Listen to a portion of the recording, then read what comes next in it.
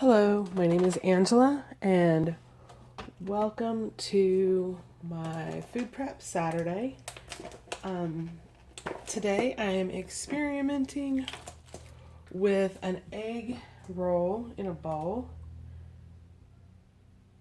and I am a little over 7 weeks post-op for a modified duodenal switch. So this recipe works in the soft food stage.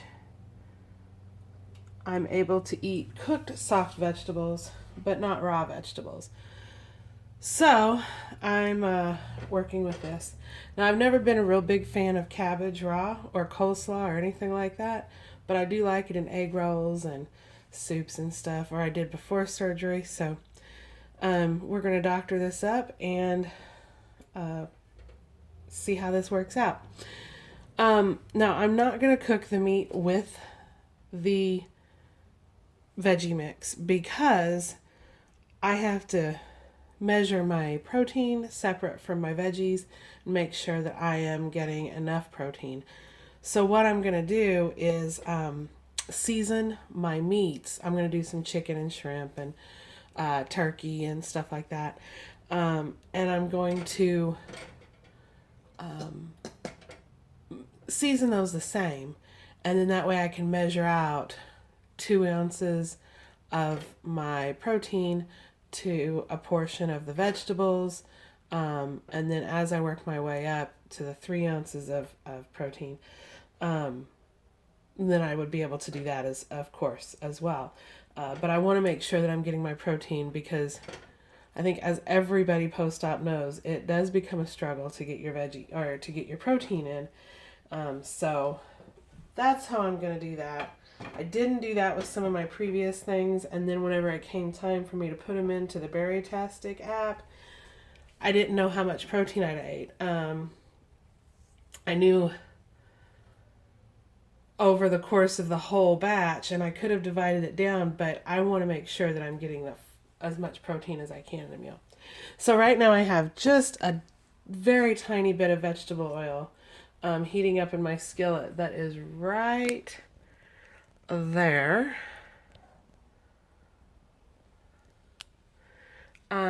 Heating up in my skillet. Let's see how that works. Oops, sorry, I'm probably making everybody dizzy. I'm terrible at this. I will get better though, hopefully. There we go. Okay. Because I'm going to do my mixing over here. There we go. I think that'll work. So I have a little bit of sesame oil. I have to keep things low fat. My plan, I don't want to tell you what your plan is, but my plan is low fat. So for a tablespoon, this has 14. There's no way that I'm putting a whole tablespoon in the entire batch that I'm doing. I'm going to try to get better at this. I told you last time. So let's see how much here.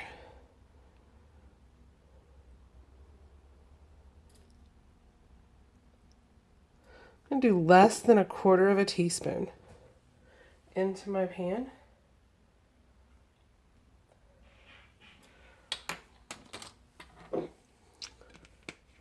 And I'm sorry I sound terrible. I've had a head cold all week, so my voice is still bad and I'm still congested. Another thing I'm going to do is I'm going to try to enhance some of that veggie flavor. I'm going to put a tad bit of roasted vegetable, better than bouillon, in. And let's look at let's see here.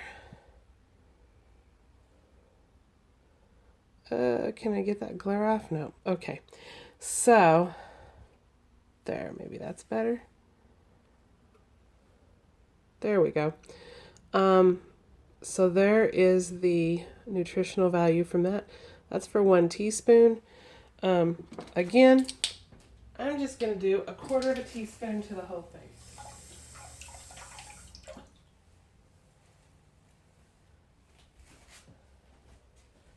Just to add a little bit of flavor.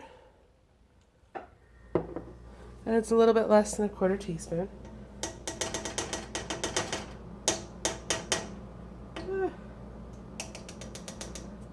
And I love the Better Than Bouillon bouillon paste.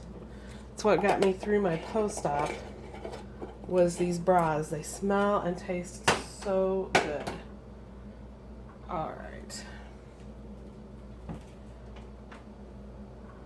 Maybe I should, sorry. I'm gonna do this slowly so I don't make anybody dizzy here. There we go.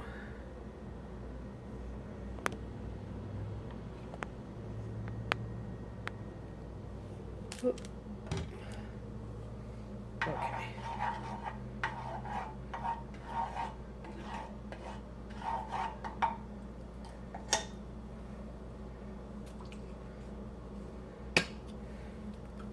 A little bit of the low sodium soy sauce. Let's see here.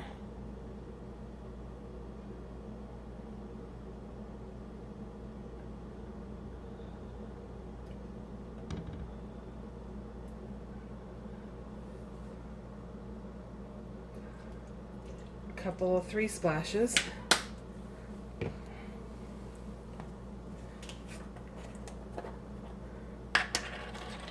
And I love garlic.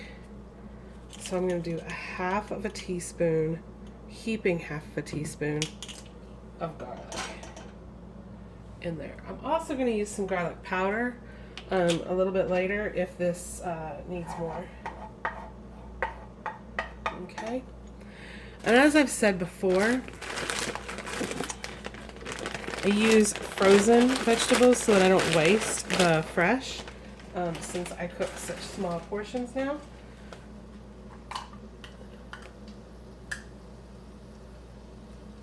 Let's do half of a cup.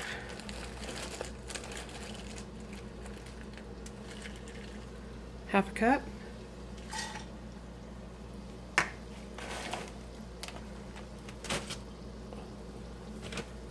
You know what, there is quite a bit of the cabbage, which I'm going to show here in just a minute. So I'm going to do a whole cup of onion. Oh, I'm so sloppy. There we go, a whole cup. There we go. And then mushrooms. I have frozen sliced mushrooms. Let's see how much I have left. Not quite a half a cup.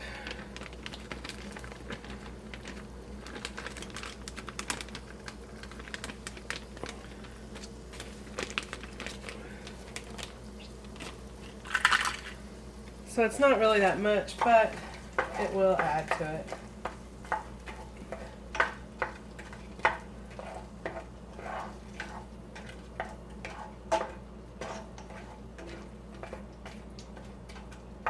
All right. Now,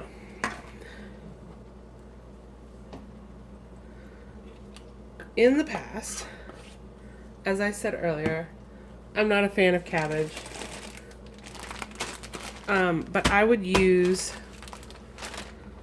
coleslaw, packaged coleslaw, or the Asian salad mix, the Asian chopped salads that you can get.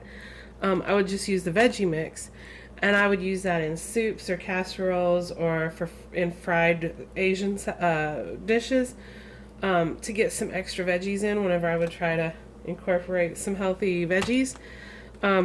It's easier. They're already prepped. All the veggies are in there.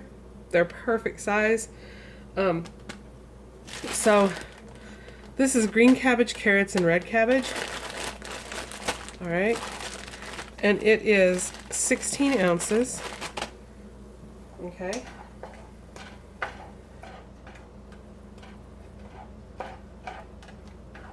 My onions are translucent, or getting translucent right now.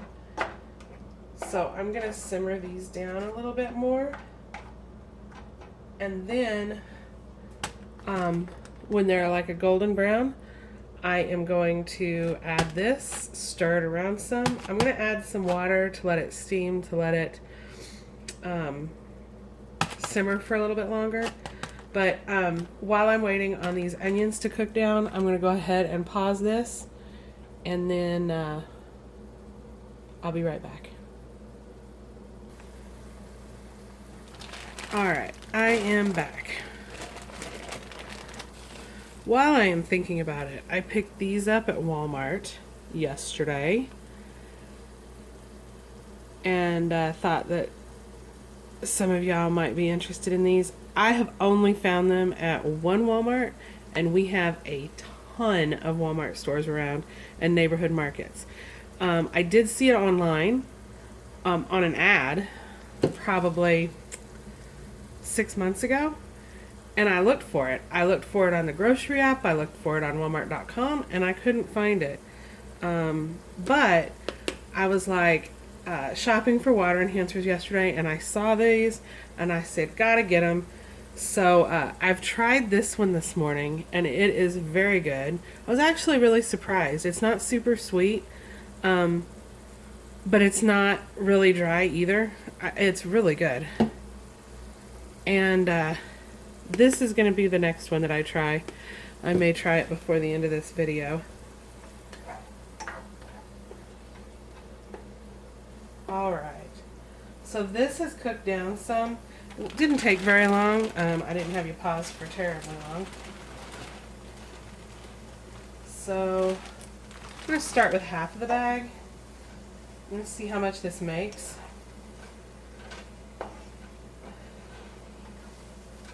I may only do half of the bag. I know I said the full bag. The onions cook down quite a bit.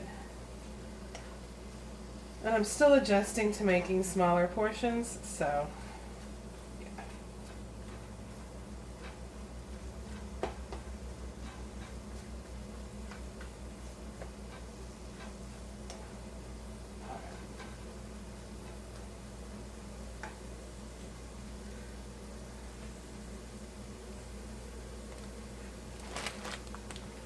Let's see how much I used of that.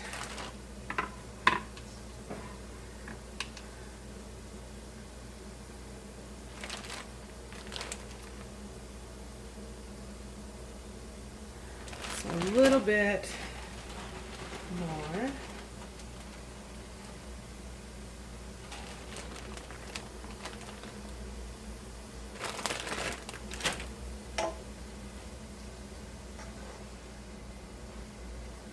So, if you have not bought your scale yet, this is fail number 2. I bought one of the small scales that's not digital, that has the lever that goes down. It has a little cup that's on top, like a measuring cup, because it was cheap. I'm very frugal. I'm, especially when you've not been working because of surgery and whatnot. So I got that. The platform wasn't big enough. It was very difficult to measure things. So, no, scratch that. But it did weigh in ounces, which was awesome. So I got this one, and I'm like, oh, this is great, right? It's digital. It has the platform here, right? It does not weigh in ounces. It weighs in grams. And there is not a way to change it. I thought that there might be.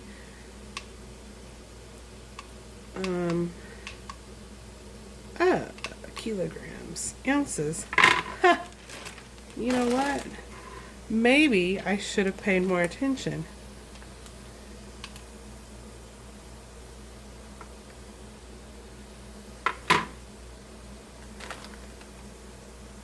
There we go. Who knew? Maybe I should have done that this whole time. I've been converting to from grams. So never mind. This is not a fail. I was a fail.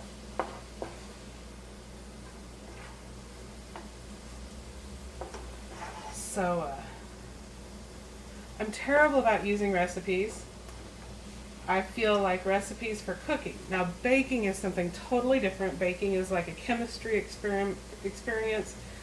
And for baking, everything has to be measured. So yes, recipes I feel are a must. Cooking, however, I've never used recipes. I know how to use recipes. I choose not to.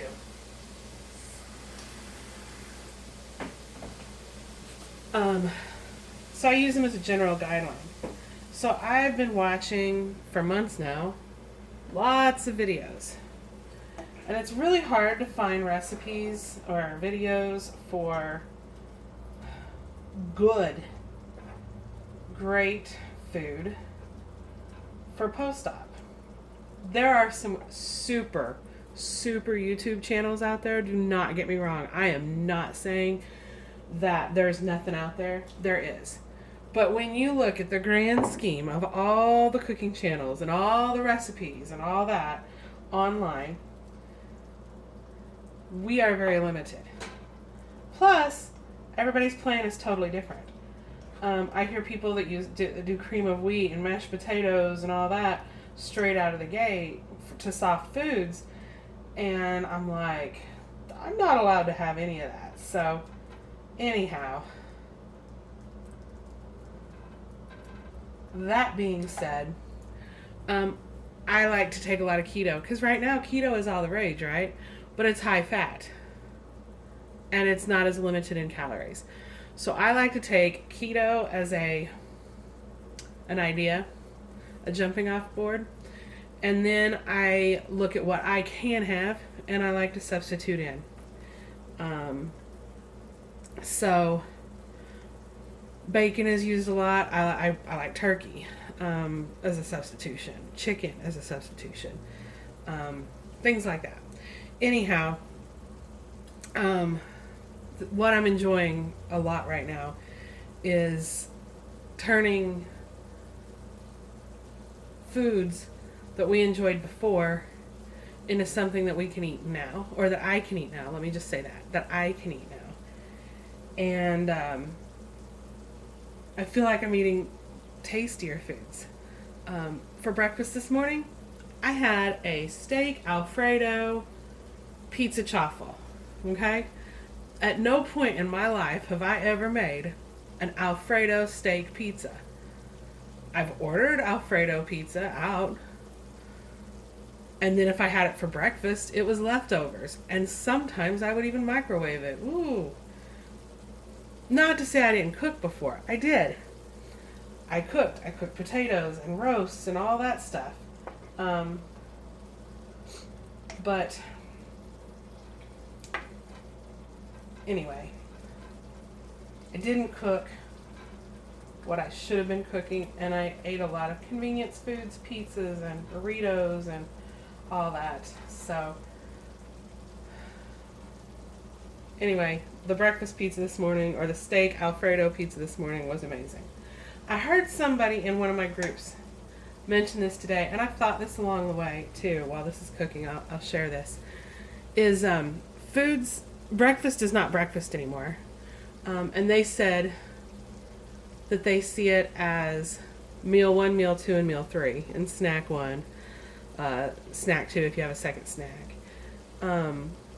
Because I don't necessarily eat eggs for breakfast. I may have a chaffle for breakfast, a chaffle pizza.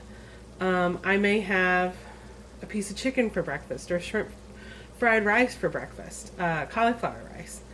And I may have scrambled eggs for supper. I may have a hard-boiled egg for supper. So I'm doing whatever I feel like, whenever I feel like it, as far as breakfast, lunch, and dinner goes, and the foods that historically, categorically fit into a certain meal. Alright, this is cooking down to look so tasty. Now I put 3/4 cup of water in, and that's just simmering and cooking down, and this is looking really good. I'm also going to add a couple of eggs into this because I need more protein. So I did my 6-week post-op labs, and I'm low on potassium, I'm low on vitamin D, and I'm low on vitamin K. Vitamin D, I was very low on pre-op, and so I went on a mega dose. Every week I took one 50,000 unit pill. I did that for 12 weeks, so about 8 weeks before surgery and 4 weeks post-op I did that. And so my numbers I was at a 6 when I took my first lab before surgery. I have other health conditions which will sometimes cause you to be lower in vitamin D, but I believe that a lot of it isn't necessarily that it caused me to be deficient in D. It's that I've not been able to spend time outside because of my other health conditions.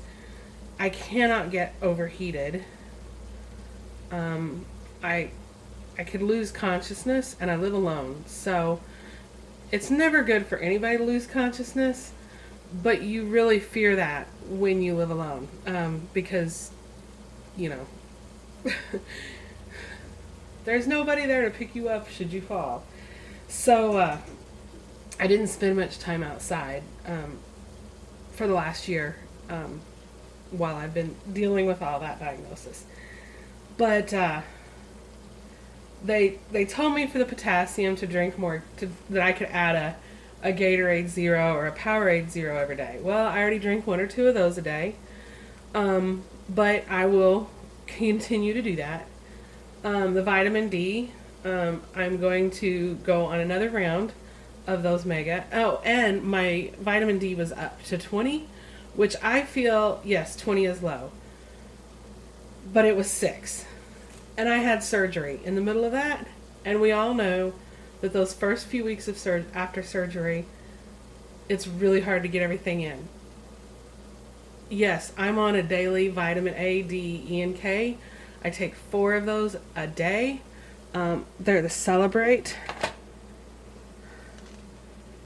I take 4 of these a day. And Celebrate is the brand that my bariatric surgeon recommends. Oh, and my probiotics that I have to take. And I just take 1 of those a day. So I feel like it coming up to 20 is great. But they're going to put me on another round of that for 8 to 12 more weeks and test again and see how that's coming. So, and then the vitamin K, they said, you should eat an egg every day. Well, I eat an egg every day, sometimes 2 eggs a day. So I'm just going to continue with that stuff. Once I can eat the raw vegetables, I think it'll be easier. I need to make myself eat spinach, and I know this. I can do it raw, or I could before surgery, but I've never been able to really handle it cooked, except for like in lasagna, layered. You know, in the bad foods, you know, I could hide it, but I plan on hacking some recipes for that as well. So look for some spinach recipes coming. Because if I have to do it, then you have to watch it. No, I'm just kidding. You don't have to watch anything. But if I'm having the issue, I'm sure that others are too. Because we're all going through, of course, everybody, you know, has their own experience. But, all right. This big chunk, I'm going to pitch. This looks so yummy.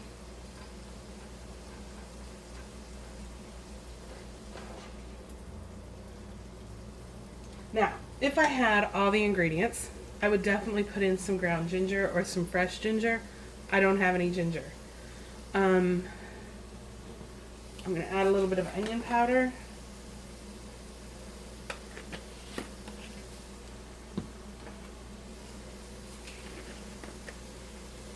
Garlic powder.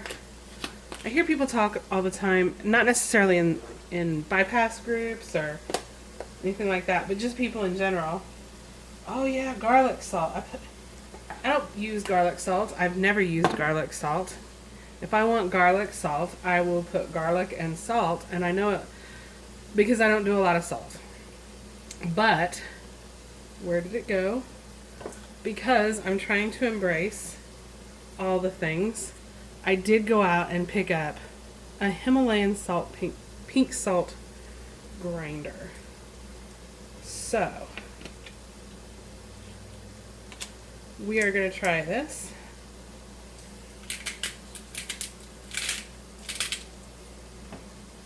Okay.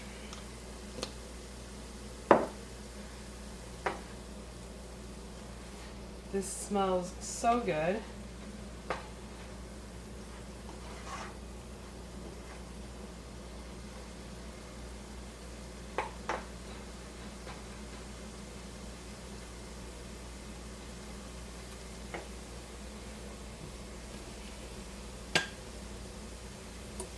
And you can use liquid aminos instead of soy sauce. Once I'm done with my soy sauce, I will probably get that.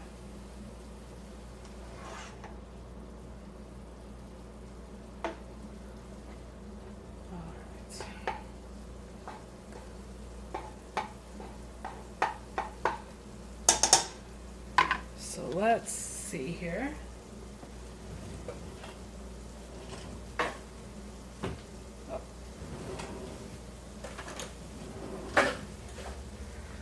I don't know if I've said this before, but I use baby spoons and forks. It's easier to take larger bites with larger forks and spoons. So I use the baby spoons and forks and a saucer to eat with. So let's see how this turned out. Before I put my eggs in.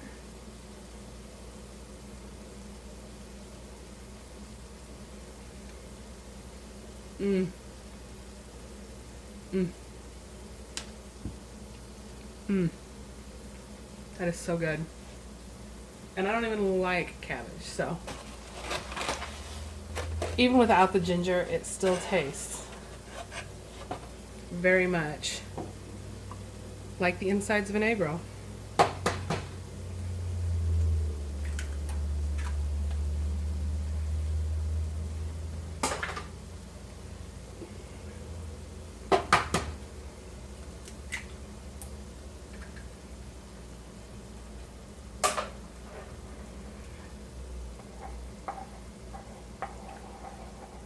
So the other day I did a video on a beanless turkey chili, and I put in a bunch of veggies.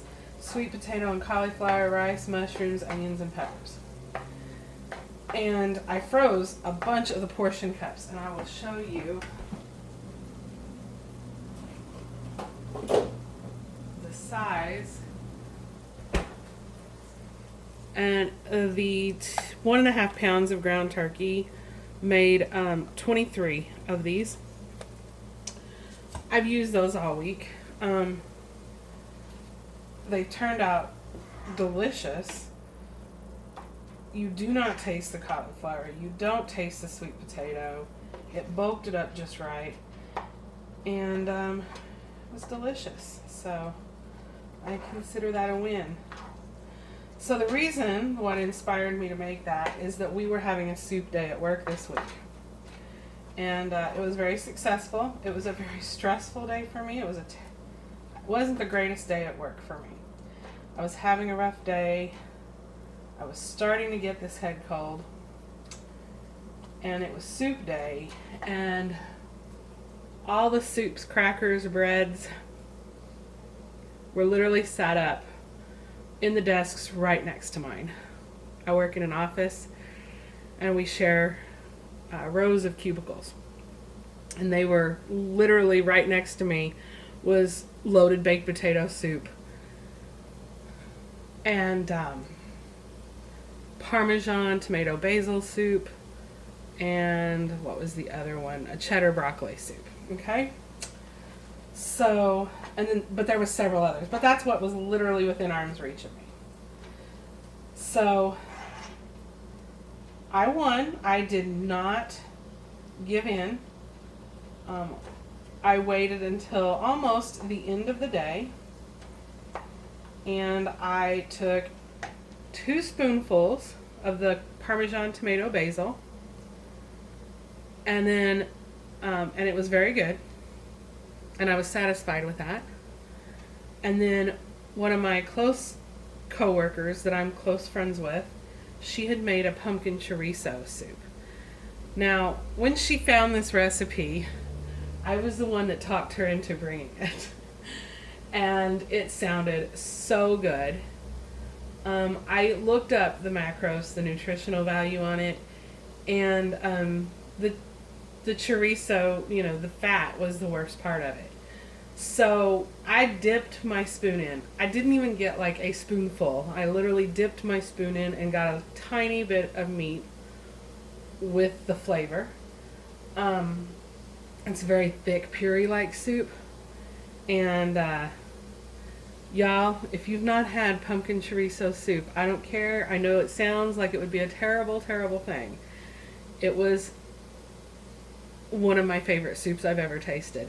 And I want to modify that for something that we can have. Now, I'm very limited. My plan, I'm not supposed to do soups.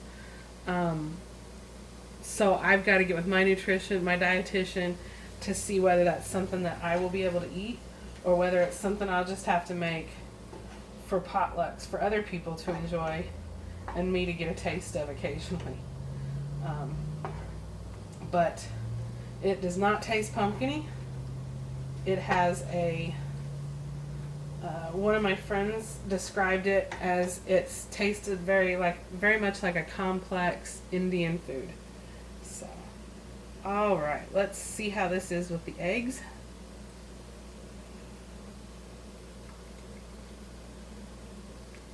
Yes. Yes. Okay. So this went for a while. I talked a lot. I need to get better at this, and eventually I'm going to learn to edit. But this was a egg roll in a bowl. This is the veggie portion of it.